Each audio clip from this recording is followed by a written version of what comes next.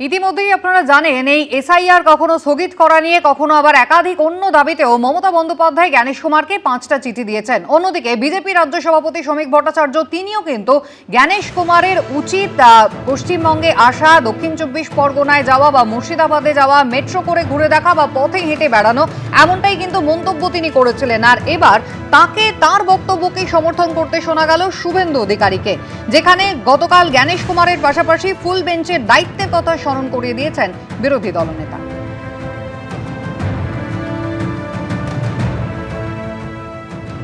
জ্ঞানেশ কুমার দিল্লিতে বসে থাকলে হবে না। মুর্শিদাবাদে যান, দক্ষিণ 24 পরগনায় যান, বীরভূমে যান, কলকাতার রাজপথে হাঁটুন, এখানকার সুশীল সমাজের সঙ্গে কথা বলুন, সাধারণ মানুষের সঙ্গে কথা বলুন, মেট্রো রেলে একবার উঠে ঘুরুন। মানুষ কি বলছে, মানুষের কি দাবি, মানুষের কি কণ্ঠস্বর, সেটা শুনতে হবে। শ্রমিকদা অত্যন্ত সিনিয়র পলিটিশিয়ান, তিনি ঠিক কথাই বলেছেন, সমর্থন করি। কিন্তু একা জ্ঞানেশ কুমারের হাতে পাওয়ার নেই। সিওর যেমন নিজস্ব পাওয়ার আছে, ইসিআই এর ফুল বেঞ্চের পাওয়ার। ওরা তিনজন মিলে ওদের সিদ্ধান্ত নিতে হয়।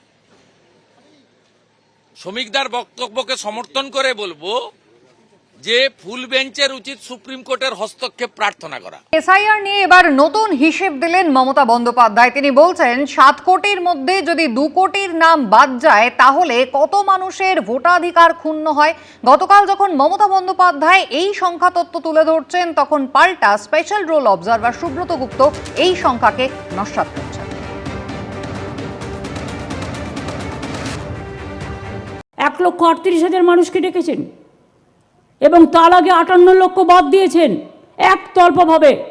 মোট সংখ্যাটা প্রায় 2 কোটি। মনে রাখবেন, 7 কোটি মানুষের মধ্যে যদি 2 কোটি বাদ চলে যায়, কত মানুষ অধিকার হারায়। এটা উনি কিভাবে বলছেন আমি বলতে পারবো না, কারণ নোটিশ এখন অবধি দেওয়া হয়েছে 32 লক্ষ আনম্যাপড এবং প্রায় 1 কোটি, যেটা লজিক্যাল ডিসক্রিপেন্সি। এবং আনম্যাপড যারা, তাদের মধ্যে একটা অংশ হয়তো যারা লিঙ্কেজ প্রমাণ করতে পারবেন না বা যাদের কাছে কোনো না কোনো নথি থাকবে না, তারা বাদ যেতে পারেন।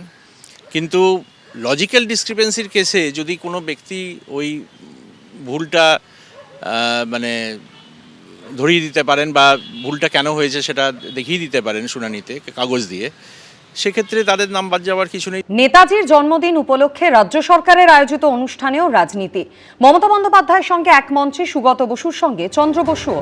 2016 বিজেপিতে যোগ দিয়েছিলেন চন্দ্র বসু। তিনি বিজেপির রাজ্য সহসভাপতিও হয়েছিলেন। 2016 মমতা বন্দ্যোপাধ্যায়ের বিরুদ্ধে ভবানীপুর কেন্দ্রে লড়েছিলেন চন্দ্র বসু। 2019 লোকসভা নির্বাচনেও বিজেপির হয়েই লড়েছিলেন চন্দ্র বসু। সেই চন্দ্র বসুকে গতকাল মমতা বন্দ্যোপাধ্যায়ের সঙ্গে দেখা যাওয়ায় শুরু হয়েছে রাজনৈতিক জল্পনা। গতকাল নেতাজির জন্মদিনে তার নামও মুখ্যমন্ত্রীর গলায় শোনা গেছে এসআইআর এর শুনানি প্রসঙ্গে। মুখ্যমন্ত্রীর মন্তব্যের পাল্টা উত্তর এসেছে বিজেপির তরফে। আজকে কি সুভাষচন্দ্র বসু বেঁচে থাকলেও তার নামটাও তাকে হিয়ারিংয়ে ডাকা হতো? চন্দ্রবাবুকে তো অলরেডি ডেকেছেন। আমাদের দুর্ভাগ্য, আজও নেতাজি সুভাষচন্দ্র বোসের জন্মদিন জাতীয় ছুটির দিবস হিসেবে ঘোষণা হয়নি। নেতাজির পরিবারের লোকজন ডাক পাবে এসআইআরে, কারণ তৃণমূল ভয় দেখিয়ে বিএলওদের দিয়ে মিথ্যা তথ্য সিস্টেমে আপলোড করিয়ে দিয়েছে। গতকাল মমতা বন্দ্যোপাধ্যায়ের সঙ্গে এক মঞ্চে যখন দেখা গেল চন্দ্র বসুকে, তখন আবার বিরোধী দলনেতা শুভেন্দু অধিকারী, তার মুখে শোনা গেল সুগত বসুর নাম। সুগত বসুকে তিনি জানিয়েছেন রেড রোডে নেতাজি সুভাষচন্দ্র বসুর মূর্তিতে তিনি মালা দিলে পিডব্লিউডি সেই মালা ফেলে দেয়। কি বললেন দেখুন।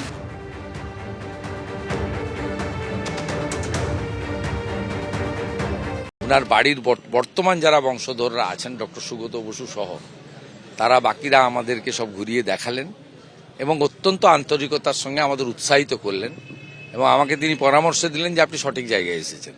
আমি ওনাকে বললাম যে রেড রোডে যাই প্রতিবারে। তারপর আমি মালা দেওয়ার পরে মালাটা পিডব্লিউডির লোকেরা ফেলে দেয়।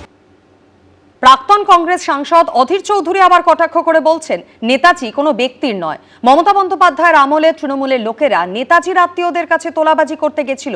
আর কি বলেছেন অধীর চৌধুরী দেখুন। নেতাজি কোনো পার্টির নয়, নেতাজি কোনো ব্যক্তির নয়, নেতাজি হচ্ছেন দেশের। এই মমতা ব্যানার্জির আমলে নেতাজির যারা পরিবারের লোক, নেতাজির যারা আত্মীয়, তাদের বাড়ি করবার সময়, ঘর করবার সময় তাদের কাছে তোলাবাজি করতে গেছিল তৃণমূল দলের নেতারা। এবিপি আনন্দ, এগিয়ে থাকে, এগিয়ে রাখে।